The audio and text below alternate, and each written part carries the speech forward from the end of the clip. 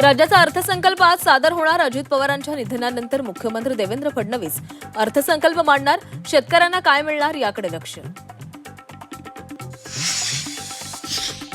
महाराष्ट्राची कृषी क्षेत्रात पिछेहाट. कृषी क्षेत्र विकास दरामध्ये 5.4% घसरण. राज्याचा 2025-26 आर्थिक पाहणी अहवालामधून माहिती समोर.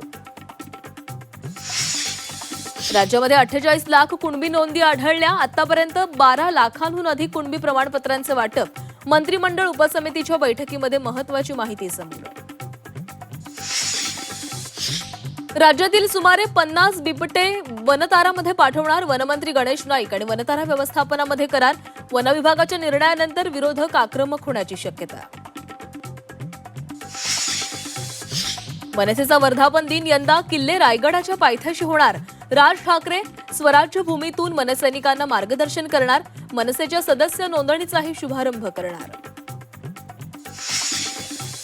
अजितदादा विमान अपघात प्रकरणी व्हीएसआर कंपनीच्या मालकाची पुन्हा चौकशी होण्याची शक्यता. व्हीके सिंग यांची सीआयडीकडून काल 8 तास चौकशी. व्हीएसआर कंपनीच्या सीआयडी चौकशीवर आमदार रोहित पवारांचे सवाल. व्हीके सिंगला व्हीआयपी ट्रीटमेंट दिल्याचा दावा. चौकशीला बोलावलेलं की पाहुणचारासाठी, रोहित पवारांचा सवाल.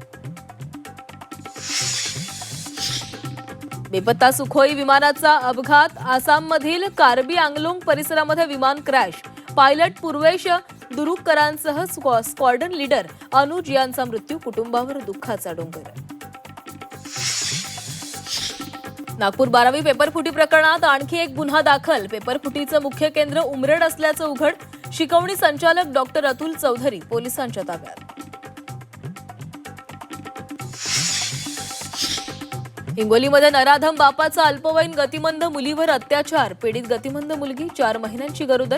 डीएनए चाचणीमधून हा धक्कादायक खुलासा समोर.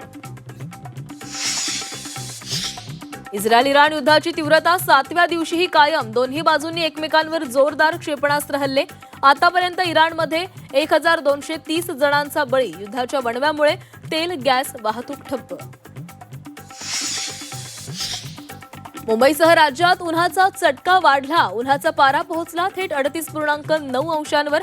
पुढील 2 दिवस पारा चढाच राहणार.